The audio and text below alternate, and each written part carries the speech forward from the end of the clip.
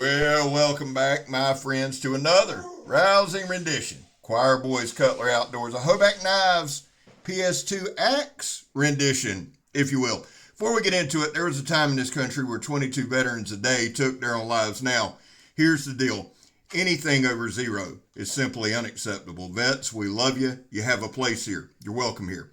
We're back to blue over here. We support Leo all to the chagrin of many. How do you do that, Scab? Well, we don't break the damn law, and when we do, because we have, we accept responsibility. And finally, and this is important, if you are an addict, never quit quitting. So, my guy Casey over at Knivesfast got this axe for a review. And he asked if there was anybody that would like to review it. And you damn right, I'd like to review it. So, first and foremost, big thanks goes out to Casey over at Knivesfast. If you are not subscribed to him, you are missing out. He's trying to march to 7,000 before Christmas. Let's get him there, man. Believe me, the dude works hard enough, and he absolutely deserves it. That's Casey at Knivesfast. And brother, thank you for the opportunity to do a demonstration/review. So here's the deal, guys. I have not ever on the channel had any Jake Hoback knives, blades, anything. This is the first one, and I'm super excited. I love a good hawk. Now, you can see that this is a skeletonized hawk. It's honestly, it's relatively light. It really is. I believe it's 21.2 ounces. Let me just give you some stats. The overall length is 15.5 inches. The haft is 13 inches. It's made from AEB-L steel, which I absolutely adore. Remember, that's the stainless that they make razor blades out of. The thickness is 0.27, so a little bigger than a quarter. It's stonewash finish. The handle scales are really unique. It's unidirectional carbon fiber, or unique to me. Thickness is 0.64 inches. It has blue anodized titanium bolts, which really stand out against that carbon fiber. And again, the weight's 21.2 ounces. It is made by Jake Hoback, and it's straight up badassery. Now, the only way that I know to demonstrate or review a hawk like this is to just use it. So that's what we're going to do. We're out at the studio. Now, to my dear tree-hugging friends, this is private property. All this stuff has to come out. And yes, we are building a YouTube studio bushcraft / type thing there. The first thing that stood out to me, guys, just immediately off the rip, was the sharpness. This is as sharp as any, just about any knife I got. Now, right here, that's a solid oak. It's fell in a couple of storms we've had, and you'll see it all over the property. The one thing that I wanted to do with this axe, because it is, the haft is 0.27 inches, all right? That head is very light. It's skeletonized, has a razor sharp blade on it. So what I wanted to do is just get some straight chops straight down on the wood. See how the edge held up. I got to tell you, the edge held up extremely well. And again, we're going to do some things after the chopping just to kind of demonstrate the sharpness of the blade. You can see right there, it's really just a good looking blade. It's fast, it's sharp, it's light. It does have a spike on the back, and everybody's going to stop me here and tell me it's for breach. Yes, I know what it's for. Let me tell you that if a meth crafter comes busting through that foliage there, he's taking that spike in the forehead. Just saying. You know, love everybody, God bless you. While it is for breaching, yes, it is also a very, very powerful tool. Now, we're hacking away on this oak tree. Couple things that I noticed. I didn't get a lot of shock in the handle. I really didn't. I was a little worried about that. Wasn't a lot of shock in the handle. You can see there that we're chopping at about shoulder height or a little better. Now, I do want to bring up, I put a slight bend at the bottom of the beard. There was a slight bend, and it did bother me. It worried me there for a second.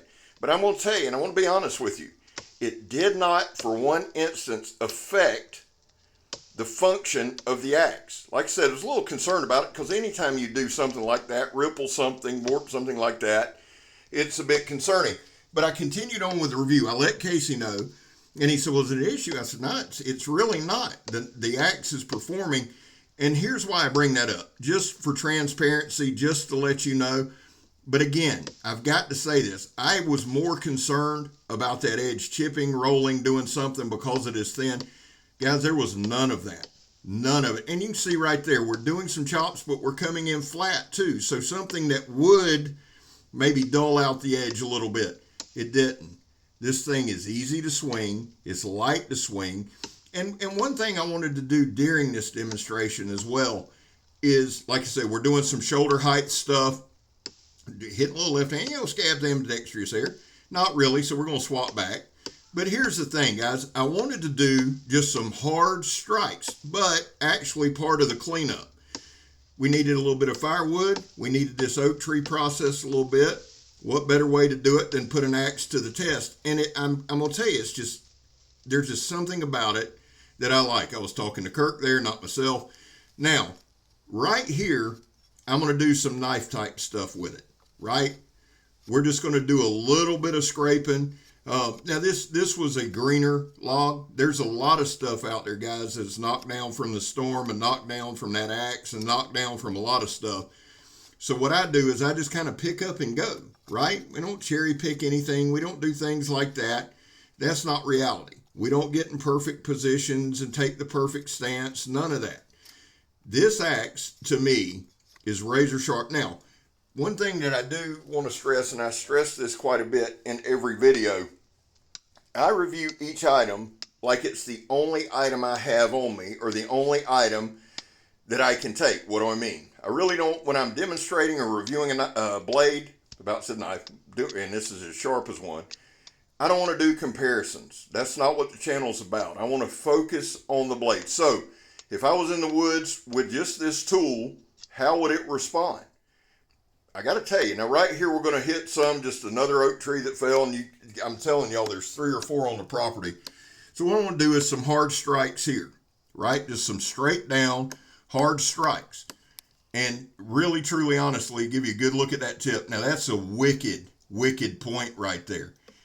No damage to it. Right here we're going to sink it so you can see it gets pretty good penetration. Now, here in a few minutes, I also hit the sidewall of a tire with it. Good penetration again. The things that stand out to me, well, I've talked about it several times.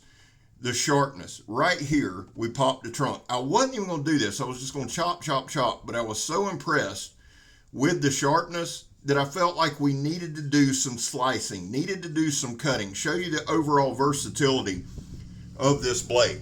Now, what you're also going to see is an idiot trying to figure out how to cut hose and ratchet strap with an axe, okay? So bear with me on some of this. But I got to tell you, and I got to be honest with you, that AEB-L, it's when it's done right, it's wickedly sharp. They make razor blades out of it, so duh. And it holds an edge. Now, you've seen out there. You've seen out at the studio. We did flat, straight chops on an oak tree. Straight down. We did some chops, but we did flat, just hitting that edge. We're still able to cut this 2-inch ratchet strap. Now, here's the thing. Is it cutting it perfectly? Well, no, but that's not the blade's fault. That's the user's fault. And as we got going, you can see right there, it has zero issue going through.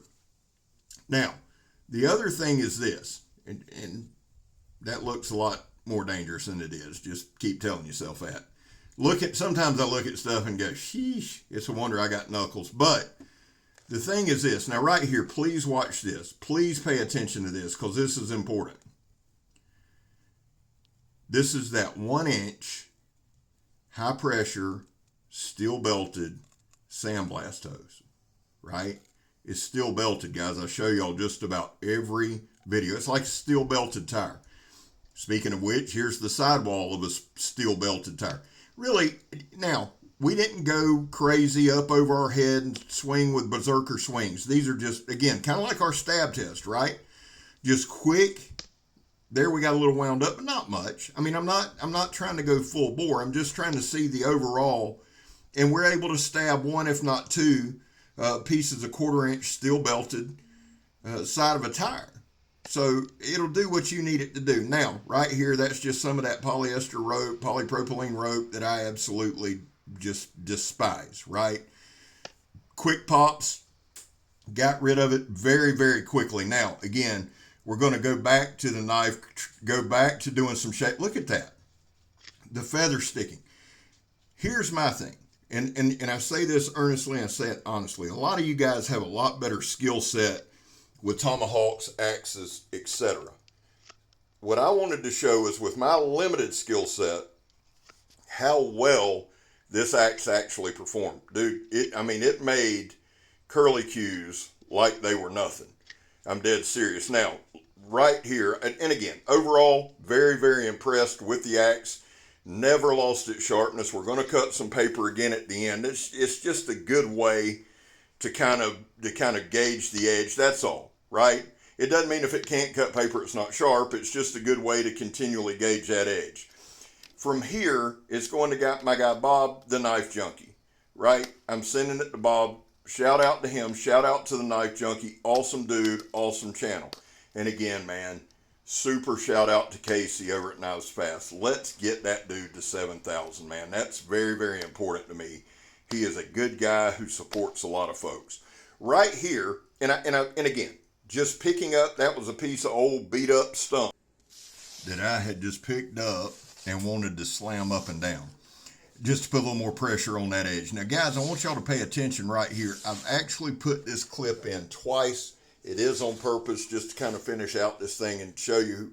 Guys, I was super impressed with a lot of things, but this right here, the way this axe held its edge was absolutely insane. That AEB-L steel is sick, and I was very, very impressed. Guys, what I want to say is this. Casey, brother, thank you so much. Shout out to Casey. Shout out to Bob, the Knife Junkie. That's where this one's going next. This is the first Hoback I've ever reviewed. Hopefully it won't be the last because I've thoroughly enjoyed it. The thing I want everybody to know is this, guys. I'm Scab. You're not. The Hoback Ps2 Axe. I'm gone, son.